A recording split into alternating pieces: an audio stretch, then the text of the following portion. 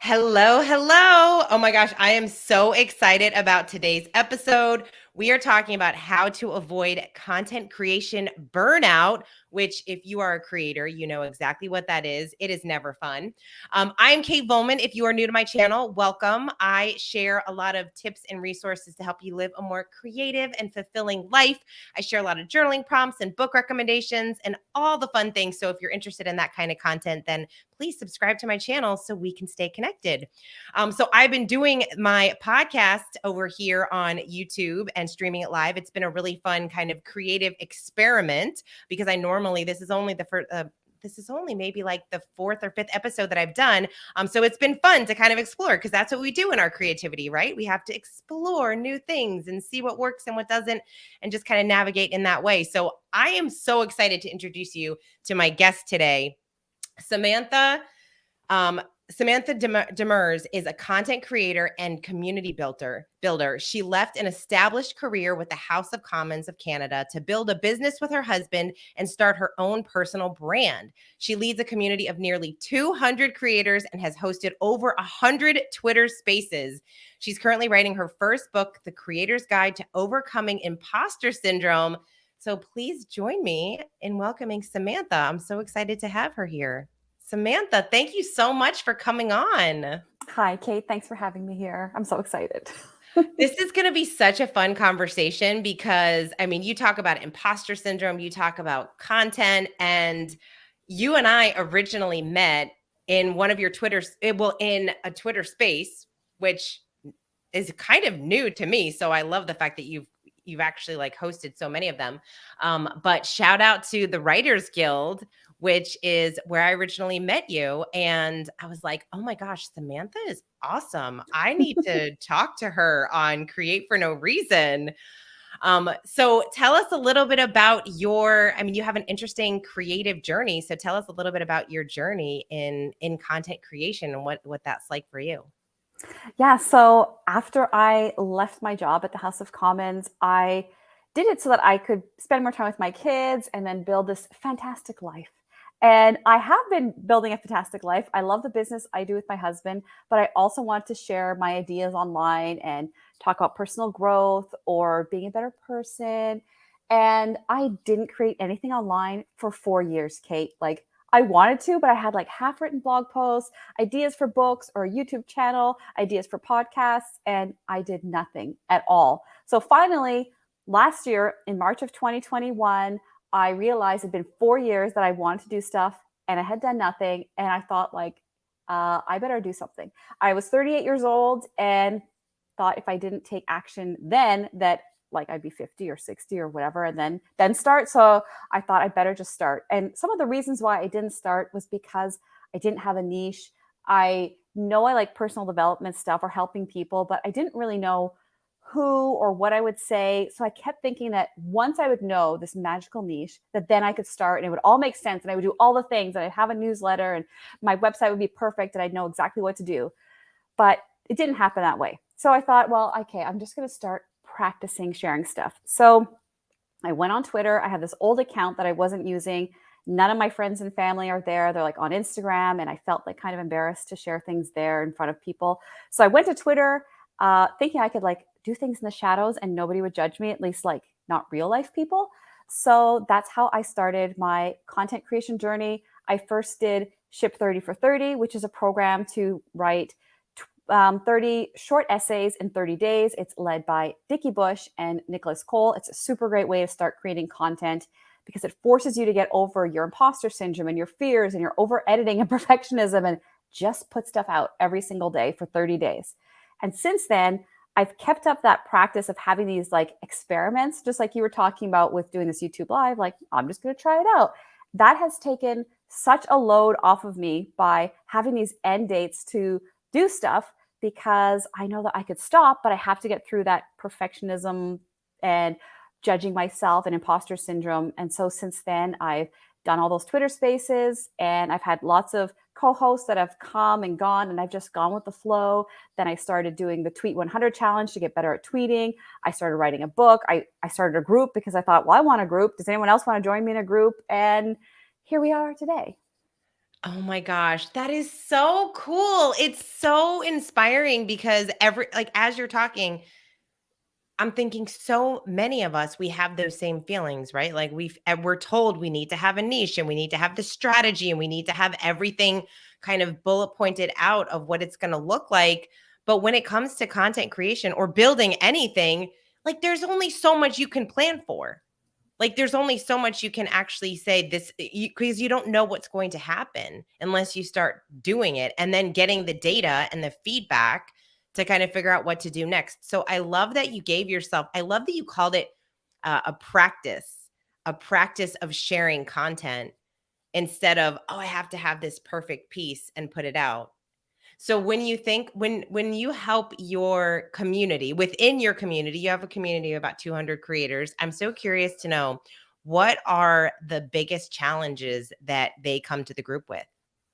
Mostly it's the same thing, like the over editing, the perfectionism, also building an audience when you don't have an audience. Like it's such a challenge to share stuff and you get almost no feedback. Like if you have a podcast or a YouTube channel, an Instagram page, a Twitter profile, usually you start at zero and nobody's following you. And how do you stay consistent and not get burnt out, which is the topic for today, as well as find joy and connect with people so that you have like other people that are going with you along this journey. And then also, how do you come up with ideas every day? And so these are subjects that come up a lot.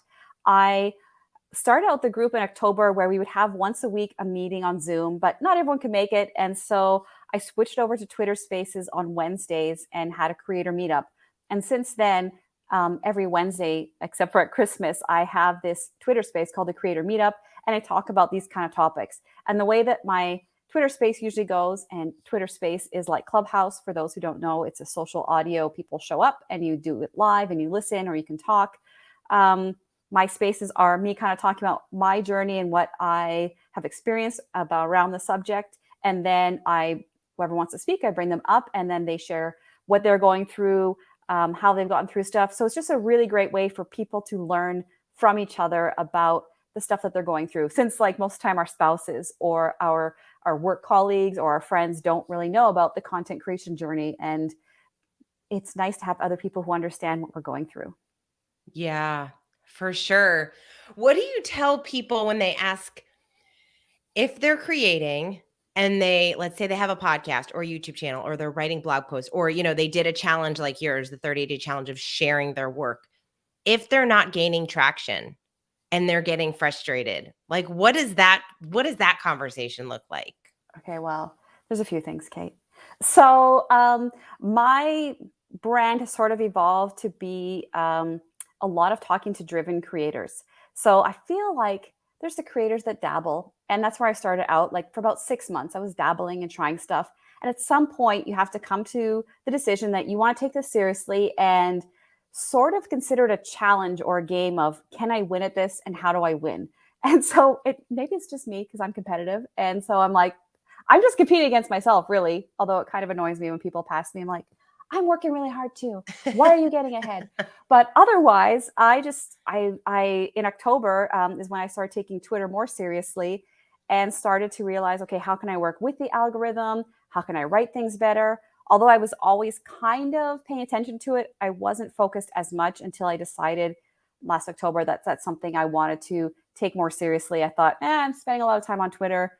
Maybe I should really try to grow my account and see where I can get. I was already doing pretty well, but then I decided to take it to the next level and kind of make it a part-time job of like, all right, here's what I got to do. And so if somebody is doing a podcast, for example, and not getting traction, then I feel like the most logical thing would be to find out, like, to really examine what your goals are. If they're just to have an outlet for yourself, and if you're frustrated that you're not growing, but you want to do your own thing, then maybe your two goals aren't aligned, because sometimes you could do your own thing and have no input from anybody else and not want to write your titles in kind of a markety way, which is perfectly fine. But if you also want to get traction, but you're not willing to rewrite your titles or include a description or build an audience online so people even know you have a podcast, well, you have to align that somewhere, that if you really want to grow, are you willing to do what it takes? I don't love that I have to write tweets in a way that people will get people's attention, but it's what you got to do. And so I practice doing that and seeing, do people like it? Do they resonate with it? What works, what doesn't work? And some people get annoyed with the marketing side of things, but really when you're trying to build an audience or do anything, you could stick with doing it your own way. And there are artists that eventually get there. They just have to usually stick it out for longer. If you want to get there faster, you can look for shortcuts from others. What is somebody else in the same niche doing? How do they title their things? Who are they connecting with? And try to do the same thing. Yeah.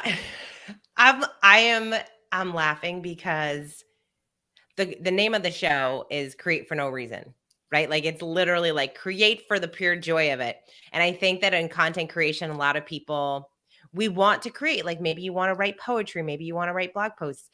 And then at some point, it may flip over into, but no, now I actually want it to be something. And so it like it's like kind of takes this whole different life. I talk a lot about creative pursuits. Like a creative pursuit to me is something that you do literally just for the fun of it, like sing, dance, write poetry, whatever is strictly for fun. But the moment that you put these expectations on it, your relationship with it changes. And so you, like you were talking about getting frustrated about actually having to figure out like the marketing side of a creative project, because now you decided, hey, I do want people to know about this podcast that I have. And so I think there's this kind of balance that creators have to kind of go through. Like, are you doing it truly just for yourself, or are you doing it because you do want to find that audience or build a business around it or whatever it is? And I think that sometimes it can be challenging to admit, because so many creators like, no, I just want to do it for the love of creation. Yeah. So, okay. So going back to when somebody is creating whatever it is, and now they've kind of gotten used to it, right? It's like they're showing up, they're putting in the work, they're doing a podcast every week or a newsletter or whatever it is. And then they start to do more and more things, right? Because now, oh, I see Samantha's she does Twitter Spaces. Now I'm going to do Twitter Spaces, and now I'm be on Clubhouse, and now I'm going to do a YouTube channel, and now I'm going to do a newsletter. And do you find that a lot of creators like have this challenge of like trying to do way too many things? Oh yeah, 100%. Like so many people, that's like a question I get a lot of which platform should you be on and where should you be growing an audience? And me and my other creator friends who have gotten ahead anywhere, we have the same advice, which is you pick one. Pick one that you love the most. And then when you want to do something else, try it out. Try it out long enough so that you get past that fear and like, do I feel uncomfortable? Like, so if I were to do YouTube, I'd be like, all right, I will do 10 videos and see how I feel. So I will get through that hard part of learning, and I won't be an expert yet, but I'll at least get through like the uncomfortable feelings and then decide, do I really hate being on video, or is this where I want to be? And then after that, if I decide, yes, I want to be on video more, I'm willing to do the editing and the SEO that's required to do a really good YouTube video. Well, where am I going to fit that in my life? And should I give up something else that I'm working on? Or can I bring on help to balance out the other things in my creative life? Because there is no way that we can do it all. All the people that we see with huge followings that have big Instagram accounts or YouTube accounts or even a lot of Twitter accounts, they have people working for them that are ghost tweeting or writing their newsletter. They have teams and they don't often talk about it. And they also tell us to have this niche, but they started out a long time ago and they don't remember the beginning when you don't really know what you like, you don't really know what you want to talk about. And I think all creators, unless you have a super clear idea that you're like, okay, I'm going to quit my job in 6 months, and this is really what I want to talk about because I love it, I'm going to write a book about it, I'm going to have this podcast, and it's super clear to you.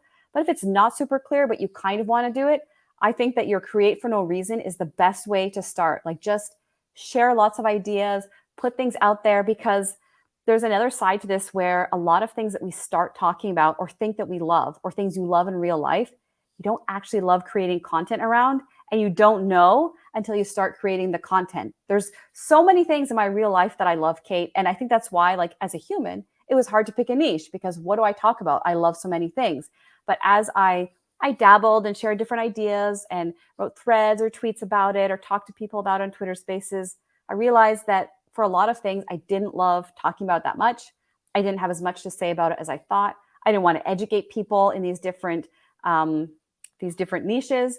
And so you really have to try out different ideas and create for no reason until you get to the point where it starts to become clear and your idea makes you excited. And I think that's also where, when you've established yourself on a certain platform and you get to the part where it's pretty comfortable and you're ready to branch out, you choose one other thing and you start with that and you just add on slowly, and then you add on the next layer and the next layer, and decide as you go if you're going to drop something, do it a bit less, and how you're going to proceed so you don't burn yourself out. How do you mentally how do you mentally prepare yourself to let go of what doesn't serve you? And what I really am asking is, for those of us that are kind of aware that we might be trying to do too many things. We're creating too many things because we've been told, or we see, oh, if you're doing YouTube, it's so easy to just take that one video and then turn it into a blog post and then turn it into a tweet and then turn it into it's almost like we hear repurpose your content, and then we hear have a niche and go all in on that niche. So how do you mentally let go of, okay, I'm going to focus just on YouTube or just on Twitter, and let go of the other things, when we have a lot of people in our ears telling us, well, you're already creating this content, it's easy to just create it and put it everywhere? Well, they are right. It is easy, but it's not easy as well, which I'm sure you know. So in October, I had about 3,000 followers on Twitter. I was super committed to growing my Twitter following, and I upped my tweets from 1 a day to 4 a day. And I decided to DM people more often, to connect with people, to increase my content. I was hosting spaces and I loved it. I had just started my creator group, and I didn't find that took too much energy because it, kind of managed itself. We just checked in and see where we're at. But I had a lot of people telling me that I should start a podcast or do a YouTube channel, or take the content from my Twitter spaces and turn it into threads, because I had this content of ideas I had shared. And they also said I should start a newsletter. And I just knew that although these are things I want to do at some point, that it wasn't the right time. And it's a hard thing to teach. How do you be in touch with yourself enough to know if something is good to start or not? And sometimes the only way to do it is to try to know if you feel like that feels like, oh, that excites me, or like, I'm not really sure. And to be able to give yourself permission to listen to that voice, even if logically at 3,000 followers, I should have started a newsletter and started gathering emails. I knew that I did not have the capacity to work on something else. And so I decided not to, even though every few weeks people would ask me about it. And even since last summer, when I maybe had 1,500 followers, people asked if I had a podcast or a YouTube channel. And I just said, no, not yet. Maybe one day. And they're like, okay, well, tell me, because I'd love to hear it. But I knew that I wanted to continue speaking in Twitter spaces to get better at speaking. I want to work on my content. I want to have a clearer niche before I would commit to something like that. And also, the other part of it is to give yourself permission to try something. And then, like you said, that letting go. I'm not super active on Instagram. I could take my tweets and put them there, and I did do that for a little while, but I was having trouble because I would open up the Facebook app and put my tweets in, and then have to write a caption and go to Canva first and get the images and put it in and make it look all nice, and I just couldn't keep up. And so at some point I just stopped doing it. I did it for about a month, and then I still have some that are ready to go, but I just couldn't do it, Kate. And so I decided that there were other things that I loved more. And I think that as a content creator, until you have a team that can do stuff like that, you should do what lights you up and makes you excited, because that is part of avoiding burnout, is what makes you excited. And when it doesn't make you excited, do it a bit less until you realize that I really don't want to do this platform anymore, or I don't want to be a content creator. But sometimes it's fatigue. Sometimes it's just you're overwhelmed with too much. And I think most content creators are pretty driven people. They're overachievers, they're responsible, and they just feel like, all right, these are the milestones, and now I need to do more and more. But we need to give ourselves permission to follow our own energy, to follow what brings us joy, to step back when we need to. And like you were talking earlier about a balance, there's a balance there of how do you stay engaged when you're wore out, and how do you let go of some things so that you don't burn yourself out more, but you still keep the algorithm happy. And it's it's hard to navigate. It is a balance. When you say content creator, what is that definition for you? Is it like is it somebody that this is how they earn a living, or are you talking about just anyone that's creating content and putting it on the internet? To me, it's anyone that's creating content and putting it on the internet. I have friends that monetize through coaching or having small cohorts that they're starting, where they're giving courses and teaching people. I have some that monetize through products where they have templates that they put out. And I'm not monetizing at this moment. I just enjoy creating content. And I feel like if I put pressure on myself that I have to do this full time in order to like have this title, that's not fair because I'm doing a lot of work. And for me, content creation is my fulfillment outlet. I love the work I do with my husband. I love online marketing and copywriting and everything I do. But I also love motivating others and inspiring them, and also working through my own fears and imposter syndrome and putting things out there and seeing how it works, and then telling other people how it's worked for me so that they can do the same thing. Because I don't think there's that many people that are telling people how they've actually gone through the process and how they've worked through things. So I find it fun to do. And I will give myself that title even if I'm not doing it full time. Yeah. Yeah, I agree. There's so many people.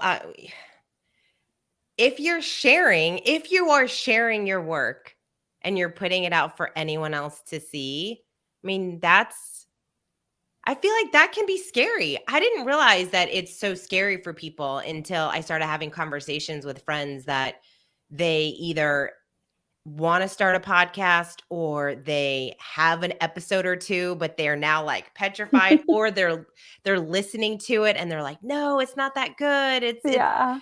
and I think that's a really big challenge for creators too, is as much as we need to, yes, we have to avoid burnout. We have to also not compare ourselves to other people. And I love that you're shining a light on the fact that we have to recognize that there are a lot of content creators out there who, if it is their business, especially, they have a team of people that are building this out for them, they are the ones that can sometimes like go and do the research on what your tag should be when you're creating a YouTube video or a blog or something to actually get found, so that the creator can do what they do best, which is the creation. But if you're a content creator and you're trying to figure all this stuff out, that's when I feel like we get really burnt out, because there's a lot of hats that you're trying to wear. You're creating all the content, you're figuring out how to market it all. And so it's just kind of like, I feel like it gets very jumbled of, what are you doing for the fun of it? And what are you doing to like earn an income or make some money or build a community or whatever that looks like. And I love that you are building this community of creators. What do you envision for your community? Like, it's a year from now, imagine it's a year from now. What would the ideal life of Samantha look like a year from now? So I have like a vision, but I'm also this whole time, this past year, I just go with like what seems right and pops up in front of me. And I'm like, yeah, that's what I'm going to do now. So like the creator community people seemed to want it. I wanted a community, and I just sent out a message saying, does anyone else want to join a 30-day accountability challenge? And 30 people wanted to join me. And so the next month I put out a tweet again, and then I had 50 people, and it's just grown from then. And it was just at the beginning of February, I decided, I don't know why, but out of the blue, I was like, feels like it's the right time to have a newsletter. And so I decided to start a newsletter and start having some exclusive content there, as well as listing my upcoming spaces I was doing, because I just do them so often. I would like people to stay on top of them if they'd like to attend. And recently I was thinking about doing a podcast, but I wasn't 100% sure. And then I had a friend who has a super established podcast, and she was having a small cohort. She was going to help some people. And I was like, this feels right to sign up and do it, even though I was planning on just like taking it easy in March and not do too much, but it just felt right, Kate. And so I was like, let me just try this. So personally, I've had a few ideals of things that I'd like to do. And I thought that I would do more coaching, and I do some coaching, but I realized that might not be the path I want to go down. I thought about doing a cohort-based course, which maybe I will, and it will feel alive one day. But right now, it doesn't feel like that is what I would really love. I think that for me, what I would love more than anything would be to finish my book, because I have to just like edit it and get into those next stages, not the fun creative writing part. The creative writing part's mostly done. And I would like to do more talking like this in my podcast, and then also do some public speaking, which is sort of what I've always wanted to do, but I didn't have a message or things I could talk about. Obviously, as you can see, I've been talking a lot in Twitter Spaces, so now I can talk a lot longer than I used to be able to. So I think that for me would be more ideal situation. However, I do know that this path that I'm on evolves on its own, and I just sort of follow what feels like the next thing that I don't even know how to say it. It feels alive. As my friend Nat says, he's like, what feels alive for you? And I'm like, this feels alive. And then I just do that thing. And then when it doesn't feel alive, I have permission to leave. And Kate, I'm a very organized person in real life. And so this journey of being a creator and just going with the flow has been weird, because I could be very structured and have a whole content creation plan. And I have not had a whole big, long content creation plan. I've just been writing what feels like the right thing and taking on new projects as it just feels like the right thing to do. Oh my gosh. I love that. It's almost like it reminds me of that quote, be open to anything and attached to nothing. And the It less works. attached. It's weird, but it works. It is weird. It's weird and uncomfortable if you're a type A, very detail oriented. I need to figure out the plan kind of person. But I think it's interesting. I love that you said what lights you up, because it's almost like I look at that as evidence, right? Like when you're doing something, you're getting evidence every time. Like, does it feel good? Does it give you energy? Are you excited to actually do it? And if you're working on content that you no longer like to even create, and it's not gaining traction, and you're just getting frustrated, why would you still do it?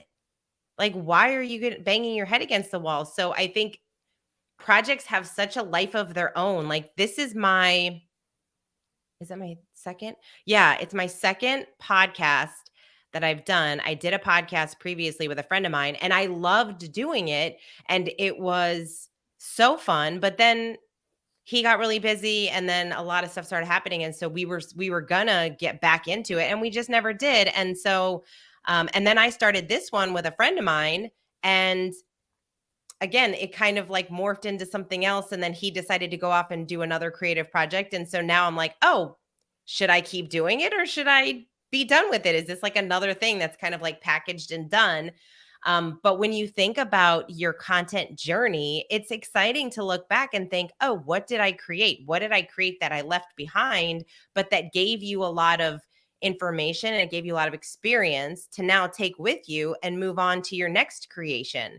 So I look at things like that, especially if there's projects I'm working on that I like, but I'm feeling like I have to give something up. Like something's got to give when you get into that place. And so I find it interesting to hear other people's perspectives on like, when do you know to let go of something versus keep going? Because sometimes it's the keep going that you just have to keep going to build that momentum, to gain the traction that you're looking for, because you just never know when something's going to take off, or how long it's going to take you to gain the skills and the talent to get you to a place where you're able to kind of take it to the next level. Yeah, that's so true. And also, that as you were speaking, it reminded me of like all the skills that I've gained in a year.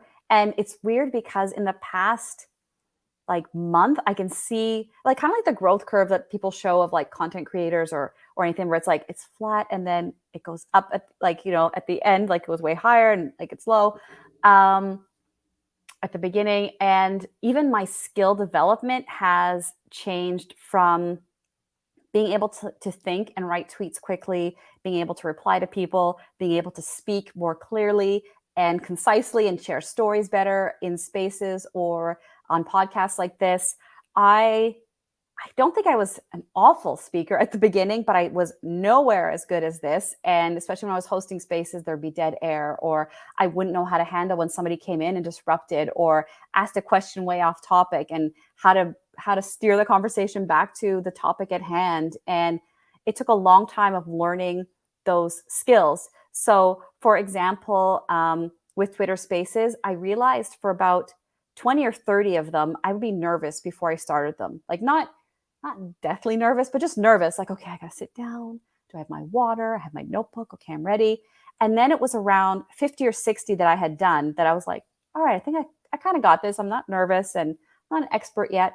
But it was around 70 or 80 that I was like, yeah, if you asked me to do a space, I could show up and do it and like have this confidence. I could write it up quickly, the tweet that would announce it and know what I'm doing. And so that is a lot of hours of doing something. And I wish that it was like within 3, you'll be feeling great. Like it's not really how it works. I did feel better incrementally, but even in the past few weeks, I've noticed that my skill at moderating, at introducing people, and being able to guide the conversation, it's improved like week over week lately. And it wasn't bad. I had gotten pretty good at it, but I think I'm at now like 135 or so that I've hosted or co-hosted.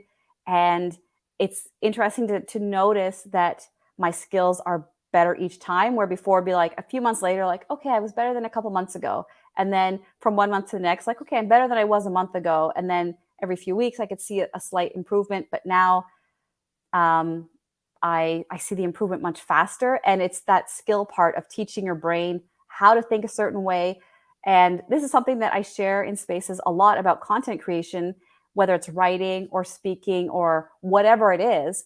We do these things in real life. And so it feels like we should be so good at it as soon as we start doing content creation.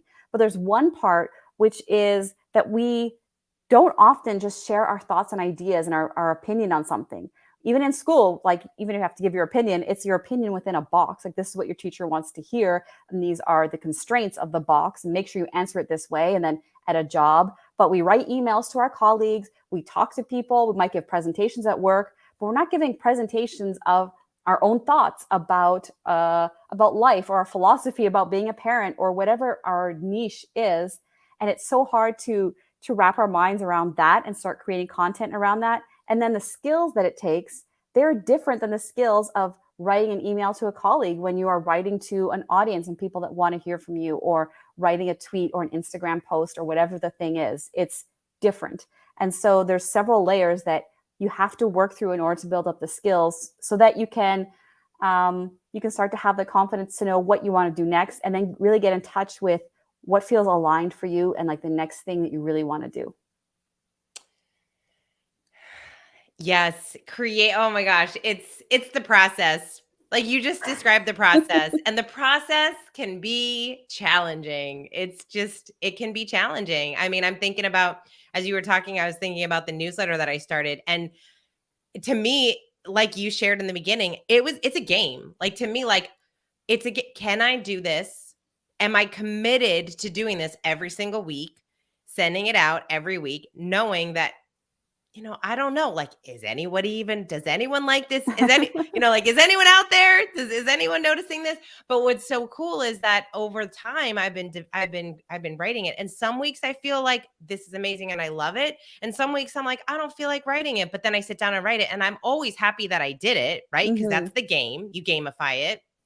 And then over time, I started getting emails back. And that's like the best feeling in the world. So like if nice. Someone's emailing me saying like, I needed to hear this. And then I started getting text messages from friends like, oh, that was great what you said. I'm like, what are you talking about? They're like, your newsletter. I'm like, oh, you actually read it? And they quoted something I said. And, as a creator, that is the most incredible thing when somebody says something about your work, like, and that piece resonated. But what's really interesting is the pieces, and I think a lot of creators I've heard a lot of creators say this, the pieces that you think are brilliant and amazing and are going to really hit are sometimes the ones that flop. And the things that you just say or create out of like pure joy or frustration or whatever it is, those are the pieces that get the most comments or traction because people are like, they really feel you. Yeah. They feel, and that's what I find so interesting too, is like, that's why you have to play. That's why you have to put pieces of content out. You have to show up. I love that you're committed to doing those Twitter spaces, because my first time ever speaking was the other day when I was in the Writers Guild. Like, that's not that's not my place of creation, but being on Clubhouse is very similar. And so over the past year of being on Clubhouse and having to create content for Clubhouse, I mean, I used to have to prepare so much for like a 30-minute or a 60-minute segment.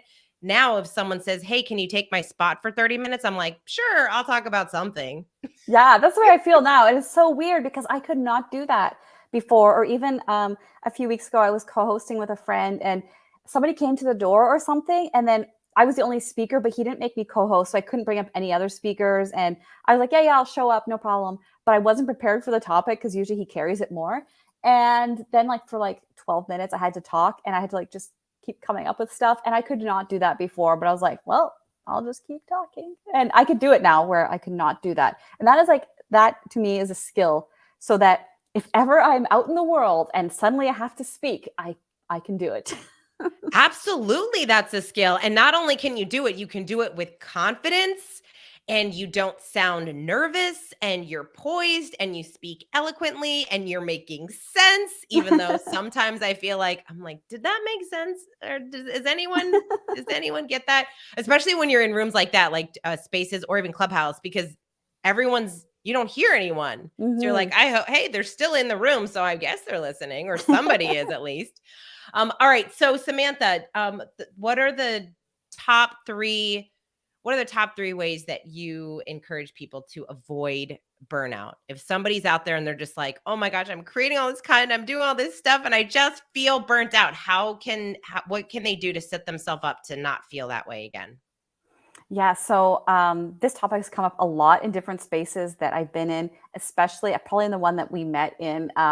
A lot of people were feeling it at the beginning of March of 2022. I don't know why. It's like we all had this energy, and then like collectively, everyone was like, I can't continue. Like we hit a wall. I don't know why, but whatever. So I think if you've created momentum with whatever your outlet is, your creative outlet, I think that it's good to continue it, but to pull back a little bit. There are people that I've seen that have completely dropped, and then it's really hard to come back because often whatever platform you're on, the algorithm doesn't like it when you completely stop.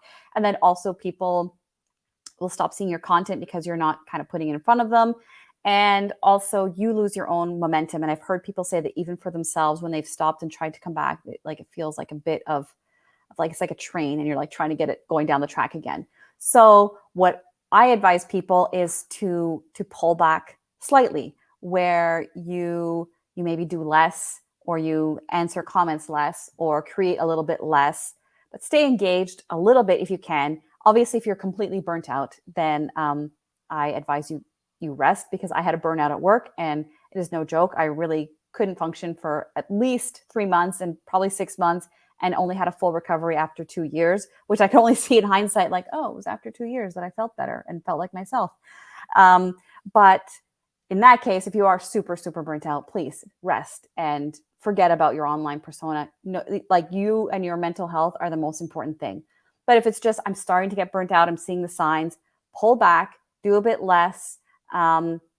If there's platforms that are more forgiving with not sharing as much, so a newsletter, for example, you could send it every second week or once a month, and people will be more forgiving.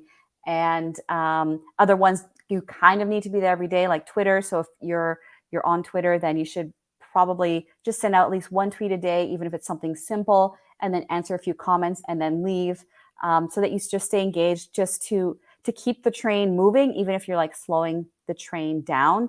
And also, something that a lot of artists do, which I think a lot of creators do, but we also don't consider ourselves artists. We don't consider ourselves dancers or musicians or the traditional arts. But traditional artists take a lot of time for themselves. They take walks and they think, and even professional writers, they need space, but they also know they need to show up and sit at their typewriter for that time that they've set aside to type, because they're a professional. And that's what you have to do when you're a professional. I'm pretty sure that was in The War of Art by Stephen Pressfield. I'm not Such a quoting it good very book. well, but I'm pretty sure it's in there. So um, I think that there's that line where, are you super burnt out? Take care of yourself. If you're kind of burnt out, what can you slow down, and which platform will be more forgiving than others where you can decide what you're doing? What is actually draining you? Because maybe creating the content in one place is draining you, but it would be fun somewhere else. And maybe it's just rediscovering what will be fun for you, because this is supposed to be fun. Like, creating content is a way for you to express yourself. And yes, it could be a business, but even then, if you have a business that you hate, why? You're creating a job for yourself. You are your own boss. Don't be a boss that you would hate working for. Don't be a boss that you would hate you would hate working for. That's good advice. That's good advice. All right, Samantha, you're so awesome. I'm so happy that that we met. I am looking forward to being part of your Twitter Spaces. I didn't even know that you had that. I only have been going into the Writers Guild just only a few times. I always ask my guests to share one activity, simple, 10 minutes or less, that someone can do to enhance their creativity.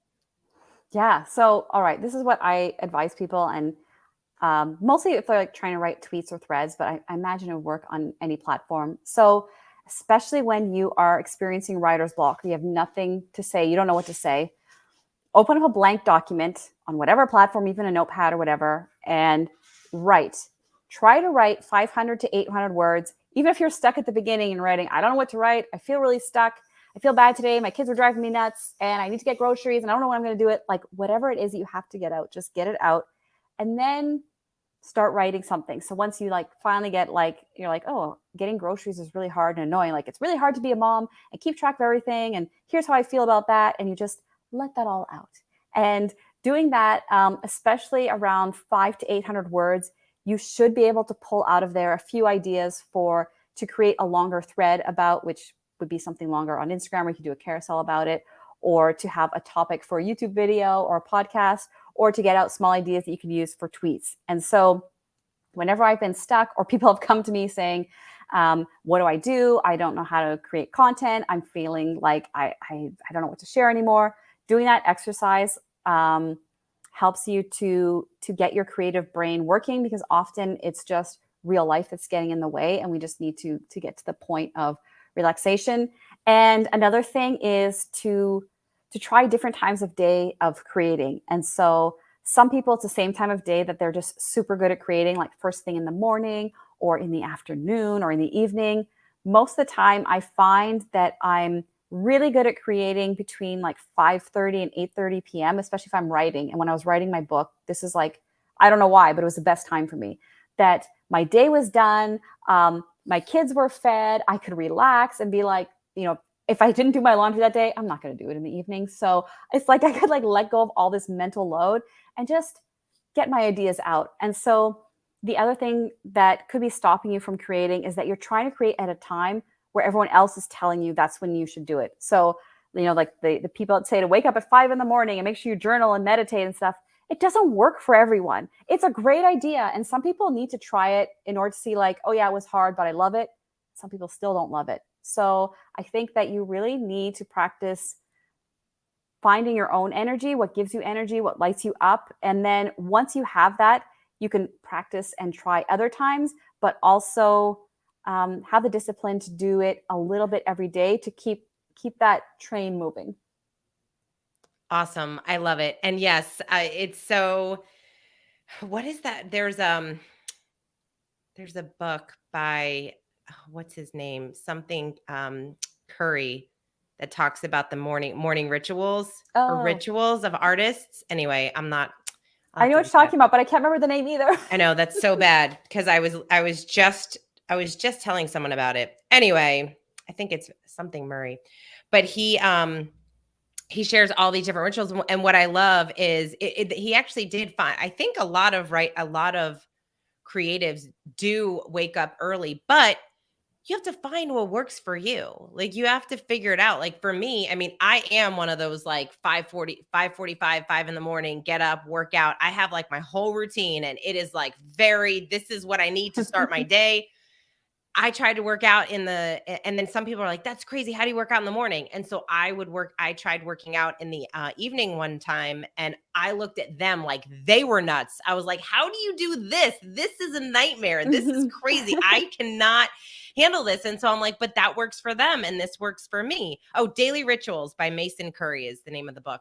Oh. And, but it's really cool because when you learn a lot, I mean, I study a lot of writers. So when I look at, I love learning from like Anne Lamott and Walter Mosley and all like the people or Stephen King and Twyla Tharp, who wrote The Creative Habit. And they have, everyone's got their own kind of rituals and what works for them. And so I think it is important for us to remember as creatives and just individuals, as people, right? Like, there are certain routines that will work for you and they will help you live a more positive life that suits you. And some that, hey, they sound really good, but if you don't want to wake up at 5 in the morning, then don't. Like, if that doesn't serve you, like there's that book. Oh, Daniel Pink wrote a book called When, and he actually helps you calculate. Like, for some people, it's actually not helpful for you to wake up at 5 in the morning. Like, they have like a very different, what is it, circadian rhythm. And so you have to kind of figure that out. And so there's a lot of science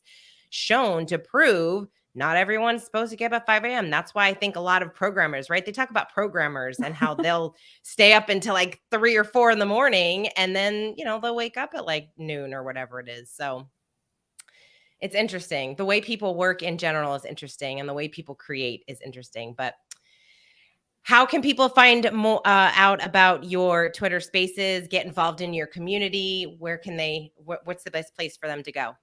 Yeah, so I'm mostly active on Twitter, as I'm sure you've gathered.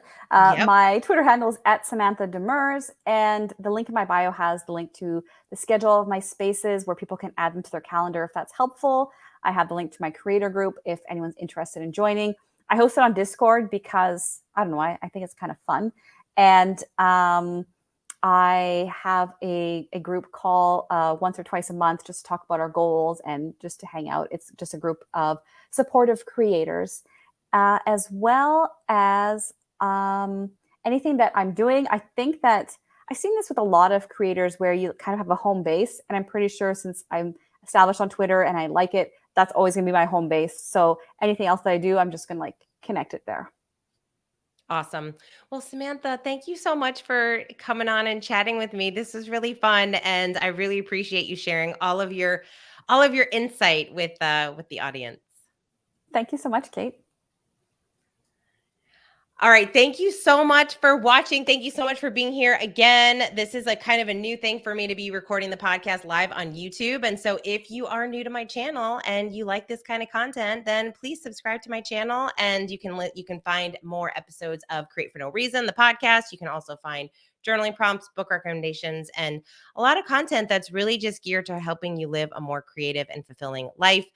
Thank you so much for joining us, and I look forward to seeing you in another video.